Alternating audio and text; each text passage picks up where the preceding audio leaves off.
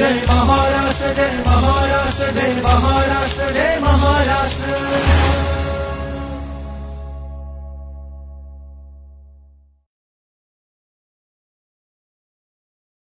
नमस्कार. माहिती आणि जनसंपर्क महासंचालनालयाच्या जय महाराष्ट्र या कार्यक्रमामध्ये मी दीपक वेलणकर आपणा सर्वांचं स्वागत करतो. मंडळी, आपण मराठी भाषेच्या एकंदर प्रवासाविषयी मागच्या भागात जाणून घेतलं. मराठी भाषेचं पुढे काय होणार आहे, अभिजात भाषेचा दर्जा मिळाल्यानंतर आणखीन तिचा विकास कसा काय होणार आहे, लोकांपर्यंत ती कशी काय पोहोचणार आहेत, याबद्दलचे काही प्रश्न अजूनही मनामध्ये आहेत. आणि त्यासाठी आपण एका खास व्यक्तीला आमंत्रित केलेलं आहे. ते आहेत महाराष्ट्र राज्य साहित्य आणि सांस्कृतिक मंडळाचे अध्यक्ष doctor Sadanand More sir. More sir, नमस्कार.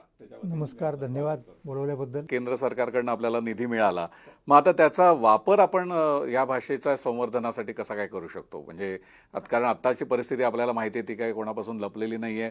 मराठी माध्यमांमध्ये जाणाऱ्या विद्यार्थ्यांची संख्या रोडावलेली आहे. मराठी भाषा शुद्ध स्वरूपामध्ये बोलणारी माणसं सुद्धा आता भेटणं मुश्किल झालेलं आहे. तर मग अशा वेळेला भाषा तर आपल्याला वाढवायची, फंड देखील आपल्याला मिळाला, निधी मिळाला, पण त्याचा विनियोग कसा करणार? ते आत्ताची आपण जी स्थिती सांगितली ना, व्यावहारिक दृष्टिकोनात ती बरोबर आहे. पण मला एक सांगायचं आहे की त्यासाठी मी तुम्हाला थोडं परत इतिहासात देणार आहे आणि मग परत इथे येईल आपल्या प्रश्नाकडे येईल. ते असं की महाराष्ट्री प्राकृत मराठी झाल्यानंतर अतिशय महत्त्वाच्या अतिशय गतीने त्याचा विकास झाला. बरं. तो कसा? तर दोन आपण म्हणू शकतो की प्रकार आहेत साहित्याचे, भाषा व्यवहाराचे, एक गद्य आणि एक पद्य. तर 13व्या शतकामध्ये पहिल्यांदा ज्ञानेश्वरांच्या आधी चक्रधर स्वामी, जे महानुभाव पंथाचे प्रवर्तक मानले जातात, ते होऊन गेले. आणि त्यांनी संपूर्ण महाराष्ट्रामध्ये मराठी भाषेत तत्त्वज्ञान सांगितलं. संपूर्ण महाराष्ट्रात त्यांचा संचार होता आणि त्यांनी तो उपदेश केला. त्यामुळं महानुभावांनी मराठी भाषेचा धर्मभाषा म्हणून स्वीकार केला. त्यांचे तरी संस्कृत पंडित होते, पण त्यांनी संस्कृत लिहिण्या बोलण्याला, ग्रंथनिर्मितीला उत्तेजन नाही दिलं. त्यांनी असा आग्रह धरला की चक्रधर स्वामींनी ज्या भाषेत उपदेश केला ती भाषा मराठी आहे आणि तिच्यातच उपदेश केला पाहिजे, तिच्यात ग्रंथनिर्मिती केली पाहिजे. बरं. म्हणून आद्यग्रंथ ज्याला म्हणतो आपण ना, की तो गद्यामधला तो चक्रधरांचं चरित्र, जे माहीम भट्ट नावाचे महानुभाव सांप्रदायिक होते, विद्वान होते, ते सगळे मंडळी संस्कृत पंडित आहेत, लक्षात घ्या. तर त्यांनी चक्रधरांचं चरित्र दिलं, त्याचं नाव लीळाचरित्र. तर ते इतकं महत्त्वाचं चरित्र आहे, म्हणजे इतका महत्त्वाचा ग्रंथ आहे तो, की मग अशी म्हणत ना मी की जगाच्या पाठीवरती कुठेही तुम्ही जा त्याला. आणि ही गोष्ट कितीची केव्हाची आहे, जेव्हा इंग्रजीमध्ये, इटालियनमध्ये, जर्मनीमध्ये कुठल्याही प्रकारचे ग्रंथ नव्हते. त्यांच्या आधुनिक भाषा अजून विकसित व्हायच्या होत्या. म्हणजे हाच मुद्दा मी ज्ञानेश्वरीच्या कॉन्टेक्स्टमध्ये सांगितलं तर लक्षात येईल तुमच्या, की युरोपमधलं पहिलं काव्य कोणतं मान्य झालेलं, महाकाव्य किंवा काय, तर ते आहे डिव्हाइन कॉमेडिया, दांते. आणि ते इटालियनमधलं आहे. युरोपमध्ये जे रेनेसा ज्याला म्हणतो आपण, जागरण वगैरे झालं ना, ते पहिल्यांदा इटालीमध्ये झालं. म्हणून इटालीचं फार महत्त्व आहे. इंग्रज वगैरे हे नंतरचे भाषेच्या संदर्भात पाहिजे तर ते डिव्हाइन कॉमेडिया लिहिण्याच्या अगोदर 30 वर्ष ज्ञानेश्वरी लिहिली. हो हो हो. म्हणजे तुम्ही कल्पना करू शकता आपले लोक त्यावेळेला किती पुढे होते, प्रगत होते भाषेच्या संदर्भामध्ये.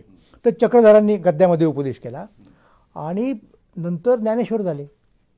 ज्ञानेश्वरांनी काव्य लिहिलं. म्हणजे असं तुम्हाला क्वचित आढळेल की जवळजवळ एकाच काळात एखाद्या भाषेमध्ये एकाच उच्च दर्जाचं गद्य पण आहे आणि पद्य पण आहे. आणि दोघांनी ती धर्मभाषा केली. वारकऱ्यांनी सुद्धा मराठीचा अंगीकार धर्मभाषा म्हणून केला. त्यांचे सगळे ग्रंथ मराठीमध्ये आहेत. बरं, लिहून घेणारे सच्चिदानंद बाबा होते, म्हणजे ती जनमानसामध्ये पण पोहोचलेली असावी. हो, होते ना. ज्ञानेश्वरांनी सांगितली म्हणून तर ज्ञानेश्वरांच्या काळात बाकीची सगळी संत मंडळी अभंग रचना करतायत. होय. ज्ञानेश्वरांचा एक सलग ग्रंथ आहे भगवद्गीतेवरचं भाष्य. ज्ञानेश्वर म्हणजे काय, भगवद्गीतेचा अर्थ मराठी सांगितला. आणि हेही तुम्हाला सांगितलं पाहिजे मराठीचं महत्त्व, मराठी क्लासिक का मानायची. एक लक्षात घ्या की तोपर्यंत भगवद्गीतेचा अर्थ सांगणारी जी जी भाष्य होती ती सगळी भाष्य संस्कृतमधली आहेत. आद्य शंकराचार्यांचं पहिलं भाष्य आहे, मग पुढे रामानुज, मग मध्व, मग काय वल्लभ, निंबार्क इत्यादी इत्यादी लोक येतात. हा सगळा व्यवहार संस्कृतमधला आहे. संस्कृत सोडून इतर इतर भारतीय भाषांमधलं पहिलं भाष्य म्हणजे ज्ञानेश्वरी आहे मराठीमधलं इथे. हा मराठीचा मान आहे की आमचं पहिलं भाष्य आहे गीतेचं. तर हे ज्ञानेश्वरांचं वैशिष्ट्य आहे की पहिलं गीता भाष्य आम्ही दिलं. आणि त्याचा परिणाम काय झाला माहिती का, गीतेमध्ये तत्त्वज्ञान आहे ना. म्हणजे मराठी भाषा 13व्या शतकामध्ये आम्ही तत्त्वज्ञानाची अभिव्यक्ती करण्याइतकी सक्षम बनवली, ज्ञानभाषा बनवली. मराठी ही ज्ञानभाषा आहे की नाही हा प्रश्न उद्भवतच नाही. आम्ही ती 13व्या शतकामध्येच केलेली आहेच ती असं हो. आपण म्हणतो. काव्याची भाषा बनवली. म्हणजे जी गोष्ट संस्कृतमध्ये शक्य होईल किंवा नाही याबद्दल लोकांना शंका होती, ती ज्ञानेश्वर महाराजांनी प्रतिज्ञा करून शक्य करून दाखवली. ती कोणती, तर त्यांनी मराठी भाषेमध्ये काव्याच्या माध्यमातून ध्वन्यर्थाच्या अंगाने शांतार्थाची निर्मिती केली. वा. हा परत प्रश्न येतो ना, नाट्यशास्त्राच्या वेळेला प्रश्न आला की तुम्ही म्हणताय शांतरस नाटकामध्ये येतो की नाही, तर कुठे येतो दाखवा आम्हाला. हे प्रश्नाचे म्हणजे नेमकं काय, मुळातले किती होते, 8 होते की हा 9वा नंतर आला, हे सगळे प्रश्न आहेत. पण जेव्हा त्यांना प्रश्न विचारला जातो की तुम्ही आम्हाला कृती दाखवा, रचना दाखवा शांतरसाची अभिव्यक्ती करणारी, तेव्हा त्यांच्यापुढे प्रश्न निर्माण होतो. मग काही लोक म्हणाले की महाभारत. आता महाभारत केवढं मोठं जंगल आहे ना, त्याचं उदाहरण नाही घेऊ शकत तुम्ही.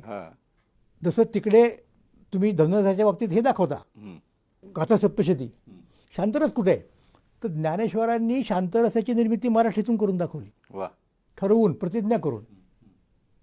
म्हणजे जर ज्ञानेश्वरांच्या नंतर एखाद्याने साहित्यशास्त्रावरचा ग्रंथ लिहिला आता संस्कृतमध्ये, तो लिहिला जगन्नाथ पंडितांनी वगैरे लिहिला नाही असं नाही, तर त्यांना शांतरसाची उदाहरणं जसं त्या काळातल्या साहित्यशास्त्रातल्या लोकांनी महाराष्ट्री प्राकृतमधून शोधली, तसं त्यांना ज्ञानेश्वरीतून शोधावं लागलं असतं. त्यांना माहीत नव्हतं अनफॉर्च्युनेटली. बरं, पण आता मूळ प्रश्न उरतोच की आता त्या प्रश्नाबद्दल मला विचारायला आवडेल की आत्ताच्या काळामध्ये मग आता त्याचा वापर आता कसं झालं माहिती का, मी तुम्हाला सांगतो.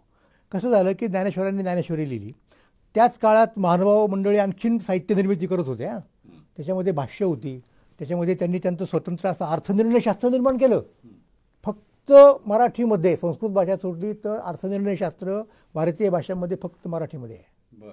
महानुभावांचा स्वतंत्र ग्रंथ आहे की चक्रधरांच्या वचनांचा अर्थ कसा लावायचा हे सांगण्यासाठी त्यांनी स्वतंत्र ग्रंथ लिहिला.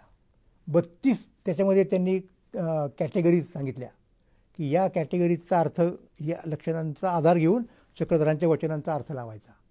हे इतर भाषेत नाही कुठे आपल्याकडे, म्हणजे संस्कृत सोडलं तर तो झाला एक मुद्दा. म्हणजे ते पुढे जायला पाहिजे ना.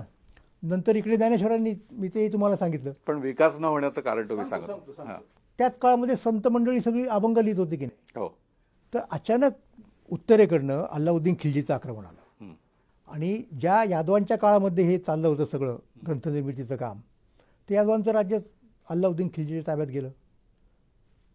मग तिथून पुढे हे आक्रमण दक्षिणेत गेलं, तिथेही त्यांनी दक्षिण व्यापली आणि तिथं आपल्या असं लक्षात येईल की ही जी भाषा झाली होती आपली यादवांच्या काळामध्ये, मराठी भाषा ही दरबाराची भाषा होती, कारभाराची म्हणजे प्रशासनाची भाषा होती, काव्याची भाषा होती, गद्याची भाषा होती आणि धर्माची भाषा होती, ज्ञानव्यवहाराची भाषा होती. हे सगळं इतक्या त्याला आपण कळसाला जाणं म्हणतो अशी आपली भाषा असताना दुसरं राज्य आलं की ज्या राज्यकर्त्यांची भाषा वेगळी होती, त्यांची पर्शियन भाषा होती. त्यामुळे त्यांनी राज्य घेतल्यामुळं कारभार सगळा पर्शियनमध्ये सुरू झाला. दरबाराची भाषा पर्शियन झाली. मराठी भाषेला जसं यादव काळात उत्तेजन मिळत होतं वेगवेगळ्या पातळ्यांच्यावरती, म्हणजे जसं एका महानुभाव कवीने ग्रंथ लिहिला, नरेंद्र त्याचं नाव, रुक्मिणी स्वयंवर, मराठीतून ज्ञानेश्वरीच्या नंतर रामदेवराव यादव राज्य करीत होता, त्याला तो ग्रंथ इतका आवडला, म्हणजे त्या ग्रंथाचं वाचन दरबारात झालं. हे बघा, राजदरबारात मराठी कविता वाचायची.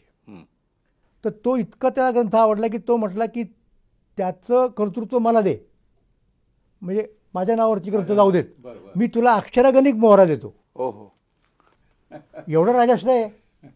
ही खिलजीची राजवट आली, नंतर तुघलकांची आली, नंतर बहमनी होती, मग पुढे निजामशाही वगैरे या गोष्टी आल्या, आदिलशाही वगैरे, त्यांचं परत बहमनीचे तुकडे झाल्यानंतर, आणि मग नंतर काही भागात मोगल आले. तर याच्यामध्ये मराठीचं दरबार पण गेलं, मराठीचं प्रशासनाची भाषा राहिली नाही.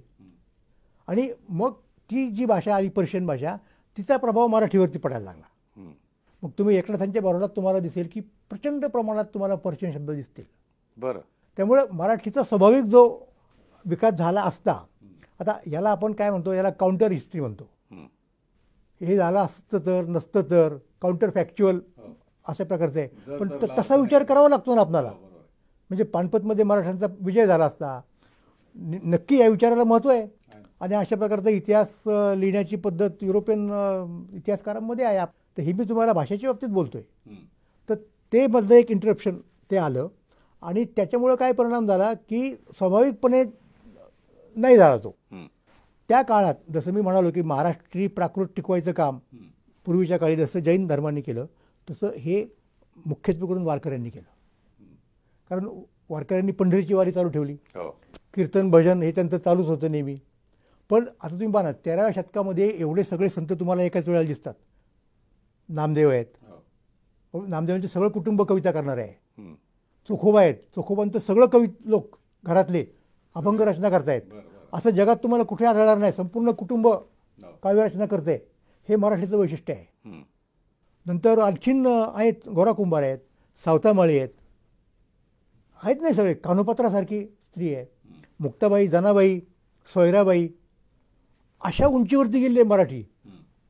त्याच्यानंतर तुम्हाला एकनाथांच्यापर्यंत जवळजवळ महत्त्वाचा कवी सापडत नाही. तो मुद्दा ना, हा प्रभाव पडला. तर मग एकनाथ वगैरे मंडळींनी काय केलं माहिती का? तरी 200 वर्षांचा फरक असेल. हो, 200-300 वर्षांचा फरक, 250 नक्कीच म्हणता येईल. तर त्यांनी काय केलं माहिती का की ठीक आहे, आता हे शब्द आलेले आहेत ना, त्यांनी आपण आपली भाषा समृद्ध करू. अच्छा, उलट करायचं. हां, शेवटी मी म्हणालो संकटाचं रूपांतर संधीत करायला लागतं आपल्याला. मग पर्शियन शब्द मराठीने आत्मसात केले आणि मराठी त्या अंगाने समृद्ध झाली. या अंगाने तर त्या अंगाने म्हणजे मराठीचा अभिजात पण टिकून राहिलेला आहे. म्हणजे तो विकास खुंटला नाही. हा परकीय भाषिक आक्रमण गृहीत धरून भाषिक, सांस्कृतिक, राजकीय सगळं शेवटी सत्ता लागते हो. जसं सांगितलं की रामदेवराव तयार आहे, मोहरा देतो म्हणतोय. हा झाला एक मुद्दा. मग पुढे ही सत्ता चालली. मी तुम्हाला 2-3 नंतरच्या काळातल्या राजवटींचं नाव सांगितलं. हे कुठपर्यंत चाललं? हे शिवाजी महाराजांपर्यंत चाललं. शिवाजी महाराजांच्या लक्षात ही गोष्ट आली की आपली भाषा ही आपल्या राज्याची भाषा असली पाहिजे किंवा आपल्या राज्याची भाषा आपली भाषा असली पाहिजे. म्हणून त्यांनी जेव्हा अभिषेक करून घेतला, राज्याभिषेक, तेव्हा त्यांनी काय केलं किंबहुना खरं तर ही जाणीव त्यांच्या वडिलांना, त्यांच्या आईला सुद्धा होती. म्हणजे कशी की त्या काळामध्ये शिवाजी महाराज म्हणजे साधारणपणे आपण 1645-50च्या दरम्यानची गोष्ट घेऊ.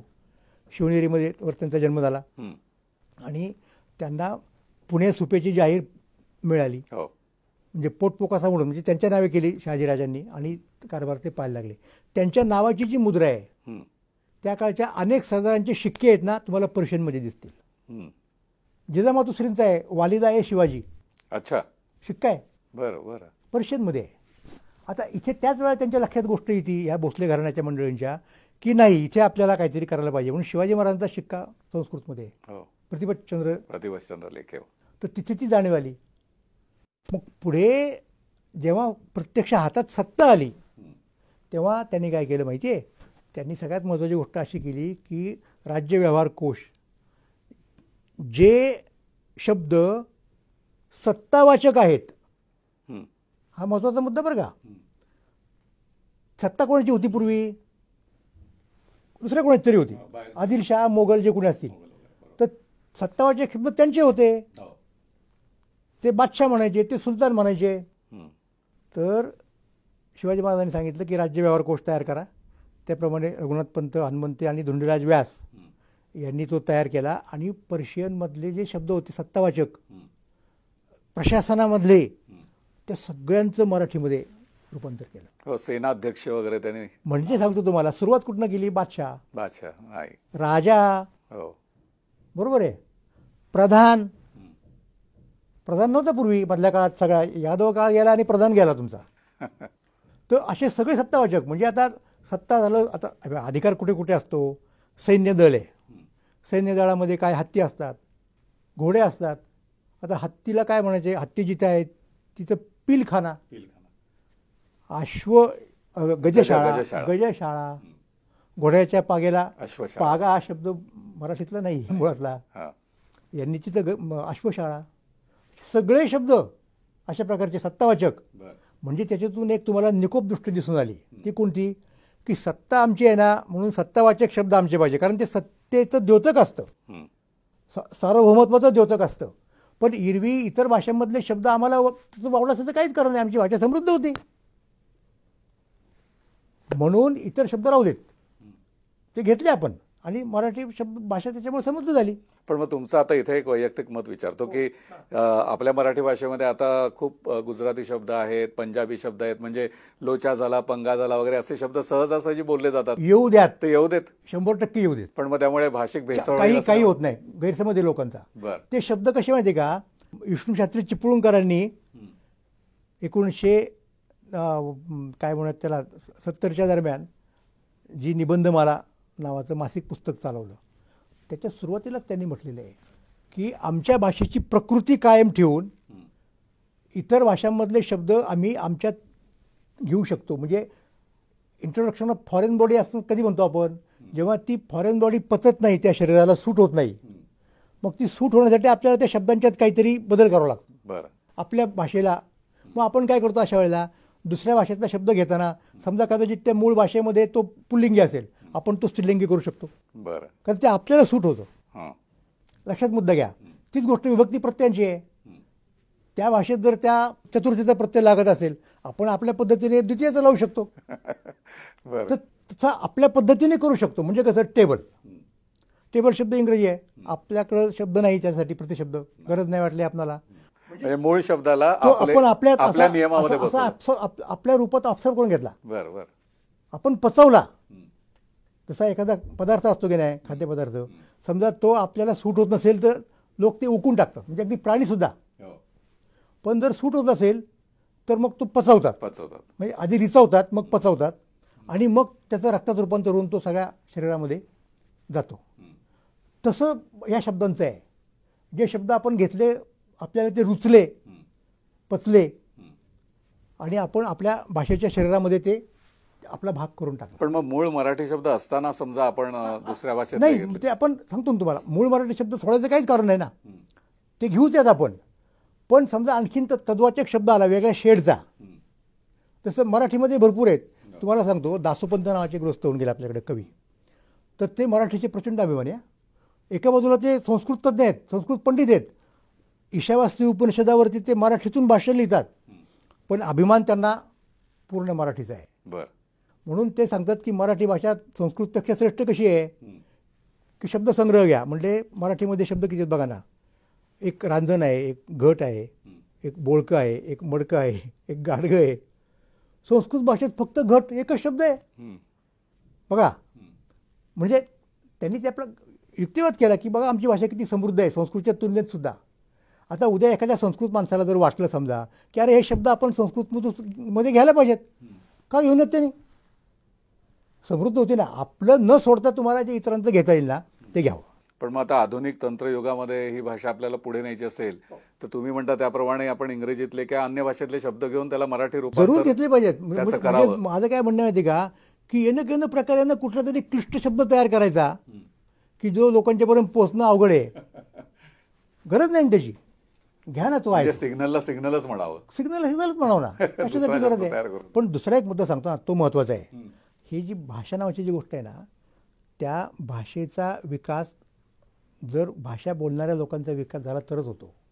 नुसत्या भाषेचा विकास होत नाही. तुम्ही म्हणाल की डिक्शनरी तयार केल्यानंतर भाषेचा विकास होईल नाही असं नाही, पण मर्यादा आहेत. भाषा ही माणसाच्या कर्तृत्वाची अभिव्यक्ती आहे. तुम्ही जर कर्तृत्ववान नसाल तर तुमची भाषा वाढणार नाही. इंग्रजी भाषा का वाढली, कारण इंग्रज लोक जगभर पसरले, कर्तृत्व सिद्ध केलं. तर आता आपण हा जो शब्द वापरला ना तुम्ही, सिग्नल उदाहरणार्थ, किंवा मी आणखीन उदाहरण माझं निमित्त ठरलेलं आहे म्हणजे मोबाईल. मग लोक काय म्हणायला लागले की अरे मोबाईल शब्द असा आहे आणि मग त्यासाठी मराठी शब्द आणा. मग कुणी भ्रमणध्वनी, कुणी चलध्वनी, चांगली कल्पना आहे, म्हणजे एक शब्द मिळाला आपल्याला. पण मी असा विचार करतो या बाबतीमध्ये की मोबाईल ज्यांनी निर्माण केला त्यांची भाषा इंग्रजी भाषा होती, म्हणून आपोआपच त्या वस्तूचं नाव त्यांनी आपल्या भाषेत ठेवलं, मोबाईल. अशी कल्पना करा की मराठी तंत्रज्ञानी, मराठी वैज्ञानिकांनी जर तो तयार केला असता आणि त्याला मराठी नाव दिलं असतं, खरंय, चलध्वनीच म्हटलं असतं समजा अगोदर, तर ते इन्स्ट्रुमेंट तिकडं गेलं असतं इंग्रजी बोलणाऱ्या लोकांच्या मध्ये, त्याच्या नावासकट गेलं असतं. आणि इंग्रजी लोकांनी आपल्याला, इंग्रजी बोलणाऱ्यांनी ऑर्डर दिली असती की आम्हाला 4 डझन चलध्वनी पाठवा. म्हणजे हे कर्तृत्व महत्वाचं आहे. बर. तुमच्या भाषेत तुम्हाला वैज्ञानिक प्रॅक्टिस करता आली पाहिजे, हे लक्षात घ्या. बरं, मग आता पुढच्या दृष्टीने तुम्ही काय मार्गदर्शन कराल? म्हणजे आता या भाषेचा विकास अभिजात आपल्याला त्याचा दर्जा मिळून झालेला आहे, तर त्या दृष्टीने आणखीन ही भाषा समृद्ध व्हावी किंवा घरोघरी पोचावी, सर्वसामान्य माणसांनी ती बोलावी किंवा महाराष्ट्राच्या बाहेरून आलेल्या लोकांच्या मनामध्ये सुद्धा ती जागा तिने व्यापावी आणि लोकांनी ती मराठी भाषा आपलीशी करावी, तर यासाठी या माध्यमातून काय करता येईल आपल्याला? 2 गोष्टी सांगतो तुम्हाला. पहिली गोष्ट त्यातली अशी आहे की मराठी भाषेला अभिजात दर्जा मिळाल्यामुळं मराठी माणसाची, ज्याला कदाचित आपल्या भाषेबद्दल कॉम्प्लेक्स असू शकतो सध्याच्या काळामध्ये, तो दूर होऊ शकतो. त्याला मराठीबद्दलचा अभिमान वाटू शकतो. मराठीबद्दलची त्याची आस्था हा एक भावनिक मुद्दा आहे, पण तो महत्त्वाचा आहे. आणि त्यातनं त्याला प्रेरणा मिळू शकते की अरे आपण काहीतरी केलं पाहिजे, मुलांना सांगितलं पाहिजे. भले ते इंग्रजी माध्यमातून असले तरी त्यांना मराठीत कसं जास्तीत जास्त, हे एक लोकांच्या भावना, मग त्याला म्हणतो आपण, ते निर्माण होऊ शकतं. दुसरी गोष्ट अशी की याच्यामुळे आपल्याला जो निधी मिळणार आहे, तर त्या निधीच्या माध्यमातून आपल्याला अनेक गोष्टी भाषाविषयक करता येतील. म्हणजे प्राकृत भाषा आणि मराठी भाषा ह्या दोघांना एकत्रित करून ते शब्द पूर्वीचे जे प्राकृतमधले आहेत पण आत्ताच्या मराठीत ते नाही आहेत, ते आपण आणू शकतो, रुजवता येतात. नंतर महत्त्वाचा मुद्दा असा आहे माहिती आहे का, की त्याच्यामध्ये तरतूद आहे की तुम्हाला महाराष्ट्राबाहेरच्या विद्यापीठामध्ये जर मराठी शिकवायची, संशोधन करायची सोय करायची असेल तर तुम्ही करू शकता. बरं. फंडिंग केंद्र सरकार. बरं. हे करू शकतो आपण. आता मी ज्या मंडळाचा अध्यक्ष आहे, साहित्य संस्कृती मंडळ, आमचं कामच आहे पुस्तकं छापणं वेगवेगळी, आम्ही छापत असतो. तर ह्याला गती मिळेल. मराठीतली चांगली पुस्तकं आहेत की जी खरोखर इतरत्र जावीत इतर भाषांमध्ये, पण नाही नेता येत आपणाला. परत तो मुद्दा, आर्थिक मुद्दा आला.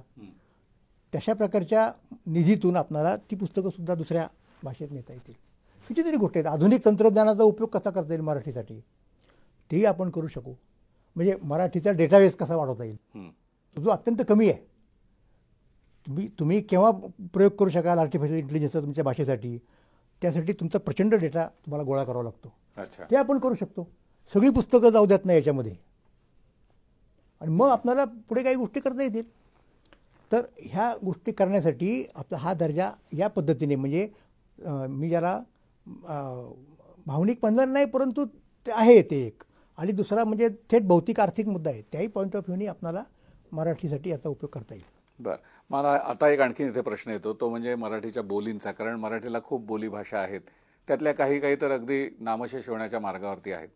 तर मग ह्या भाषांना उत्तेजन देण्यासाठी किंवा या बोलींना उत्तेजन देण्यासाठी आपल्याला या माध्यमातून काय करता येईल? म्हणजे एकतर तुम्हाला एक गोष्ट सांगतो मी की तशीही महाराष्ट्र सरकारची भूमिका आहे. म्हणजे वेगवेगळ्या माध्यमातून, म्हणजे राज्य मराठी विकास संस्था आहे, तिथनं बोलींच्या विकासाला, बोलींच्या अभ्यासाला निधी दिला जातो.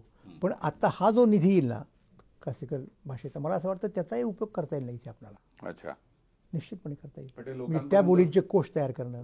आणि सगळ्यात महत्त्वाचा मुद्दा शिकवणारे लोक की ते शब्द जे चांगले आहेत, महत्त्वाचे, ते मराठीच्या मुख्य प्रवाहामध्ये आणणं.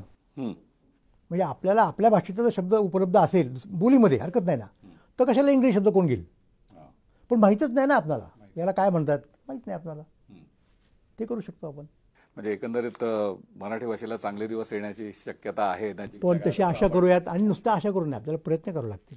हो मोरे सर, मराठी भाषा लोकांपर्यंत पोहोचवण्यासाठी वेगवेगळे उपाय आहेत, आणि त्यातला एक महत्त्वाचा उपाय म्हणजे संमेलनं भरवणं. तर आपल्याकडे तर ही मोठी परंपरा आहे. नाट्य संमेलनं होतात, साहित्य संमेलनं होतात. यावर्षीचं संमेलन हे विशेषत्वानं गाजणार आहे, कारण आता तर अभिजात भाषेचा दर्जा पण आपल्याला मिळालेला आहे. तर मग ह्याचा वाटा किंवा ह्याचा लोकांपर्यंत हे संमेलन नेण्याच्या दृष्टीने, भाषा लोकांपर्यंत नेण्याच्या दृष्टीने संमेलनाचाही काय वाटा असू शकतो? ते वेगळं कसं करता येईल? निश्चितपणे असं पहा की आपल्याला संमेलनाची परंपरा 100 वर्षापूर्वीपासूनची आहे. बरं. न्यायमूर्ती रानडेंनी पहिल्यांदा ते भरवलं. आणि साहित्य संमेलनामध्ये साहित्याविषयीच्या प्रश्नांची चर्चा केली जाते. आता पुष्कळ वेळा त्याचं स्वरूप उत्सवी वगैरे असतं, ही गोष्ट खरी आहे. पण पुस्तकांची विक्री होते. वेगवेगळ्या देशातले लोक तिथे येतात, एकमेकांच्या आदान-प्रदान. त्यांचे आदानप्रदान होतं, शब्दांचं होतं, कल्पनांचं होतं, इत्यादी इत्यादी. म्हणजे ते मी वेगळे सांगायची गरज नाही. पण महत्त्वाचा मुद्दा आहे, या निमित्तानं तुम्हाला सांगतो, म्हणजे दिल्लीचा प्रश्न आला म्हणून सांगतो, की मराठ्यांचं कर्तृत्व 18व्या शतकामध्ये असं शिगेला पोचलं होतं. म्हणजे उत्तरेकडे अनेक ठिकाणी मराठ्यांची राज्य होती, ज्यांना आपण नंतर संस्थान म्हणायला लागलो. हो हो तिथे मराठी माणसं असायची. तिथला कारभार मराठी भाषेतून केला जायचा. दिल्लीवर सुद्धा मराठ्यांचा ताबा होता 25-30 वर्ष. आणि दिल्लीचा कारभार सुद्धा महाराष्ट्रातली मंडळी मराठी भाषेतून करायची. बरं. हे माहीत नाही लोकांना बऱ्याच. दक्षिणेत सुद्धा तीच परिस्थिती होती ना. दक्षिणेत शहाजी महाराजांचे चिरंजीव व्यंकोजी राजे यांचा जो वंश पुढे गेला राज्यकर्ता म्हणून, त्यांनी मराठीला आश्रय दिला, दक्षिणेतल्या स्थानिक भाषांना आश्रय दिला. त्यांचं फार मोठं म्हणजे मराठ्यांचं भाषिक योगदान भारताला हा एक वेगळ्या चर्चेचा विषय आहे. बरं. पण ते असो. आता होतं काय माहिती का, की पूर्वीच्या काळामध्ये म्हणजे स्वातंत्र्यपूर्व काळामध्ये साहित्य संमेलनाची जेव्हा सुरू झाली प्रक्रिया, तेव्हा गुजरातमध्ये साहित्य संमेलन झाली, बडोदा स्टेटमध्ये, इंदोरमध्ये साहित्य संमेलन झालं, ग्वाल्हेरमध्ये साहित्य संमेलन झालं. अशी व्हायची ना, म्हणजे जिथे मराठी भाषा बोलणारे लोक होते. नंतरच्या काळातसुद्धा अलीकडे मी तुम्हाला सांगतो की जिथे मराठ्यांची संस्थानं होती तिथे तर झालेलीच आहेत. बडोद्याला झालं मधल्या काळात, इंदूरला वगैरे झालं, आणखीन कुठे झाले असतील. पण 1954 साली साहित्य संमेलन दिल्लीला झालं होतं. दिल्लीत मराठी भाषक खूप लोक आहेत. हो. आणि त्याचं तर्कतीर्थ लक्ष्मण शास्त्री जोशी त्याचे अध्यक्ष होते. बरं. म्हणजे आता इथे तर मराठ्यांची राज्यच होती ना, त्याच्यामुळे ते स्वाभाविक म्हणतो आपण की त्याच्यात काय. पण तसं दिल्लीत तेव्हा तरी मराठ्यांचं राज्य नव्हतं नक्कीच. त्याच्यानंतर महाराष्ट्राबाहेर म्हणजे संस्थानं जर सोडली महाराष्ट्राची तर साहित्य संमेलन झालेलं नाही. काही वर्षांपूर्वी 88वं साहित्य संमेलन पंजाबमध्ये घुमान इथे झालं. घुमान. हो हो, ज्याचा मी अध्यक्ष होतो योगायोगानं. हो हो. तर घुमानमध्ये म्हणजे नामदेव राय, मराठी कशी भाषा आहे बघा. मराठी बोलणारा माणूस पंजाबात जातो, तिथे तिथली भाषा आत्मसात करून विचार सांगतो, त्या भाषेमध्ये अभंग पदं लिहितो आणि त्या पदामध्ये विठ्ठलाचा उल्लेख असतो, चंद्रभागेचा उल्लेख असतो. लक्षात घ्या, हे नामदेवांचं कर्तृत्व आहे. आणि ते सगळी पदं शिखांच्या गुरुग्रंथ साहेबामध्ये समाविष्ट होतात. होय होय. हा मराठी माणसाचा आणि मराठी भाषेचा महिमा आहे. वा. तर त्याची उजळणी आपण आता परत दिल्लीत करूयात ना, की खरोखर दिल्लीवरती मराठ्यांचं राज्य होतं. हे लोकांना कसं कळणार तिथं गेल्याशिवाय. मग तिथे जाऊन जेव्हा आपण हे सांगू ना, मी इथे सांगतोय, तुम्ही ऐकताय, महाराष्ट्रातले लोक ऐकतील. दिल्लीत जाऊन सांगणं जास्त महत्त्वाचं आहे. आपल्या महाराष्ट्र गीतामध्ये येतं, दिल्लीची तख्त राखितो, महाराष्ट्र माझा. कसं राखलं, केव्हा राखलं. मंडळी, महाराष्ट्र राज्य साहित्य आणि सांस्कृतिक मंडळाचे अध्यक्ष डॉक्टर सदानंद मोरे सर यांच्याकडनं आपण गेल्या 2 भागातून मराठी भाषेचा इतिहास, त्याचं पुढे कसं काय होणार आहे, निधी मिळाल्यानंतर तिचा विकास कसा होणार आहे, लोकांपर्यंत ती भाषा कशी काय पोहोचणार आहे, याविषयी खूप आपण जाणून घेतलेलं आहे. मोरे सरांना मी धन्यवाद देतो. तेव्हा मंडळी, पुन्हा भेटूया जय महाराष्ट्राच्या पुढच्या भागामध्ये नव्या विषयासह आणि नव्या मान्यवरासह. तोपर्यंत नमस्कार. नमस्कार. जय महाराष्ट्र, जय महाराष्ट्र, जय महाराष्ट्र, जय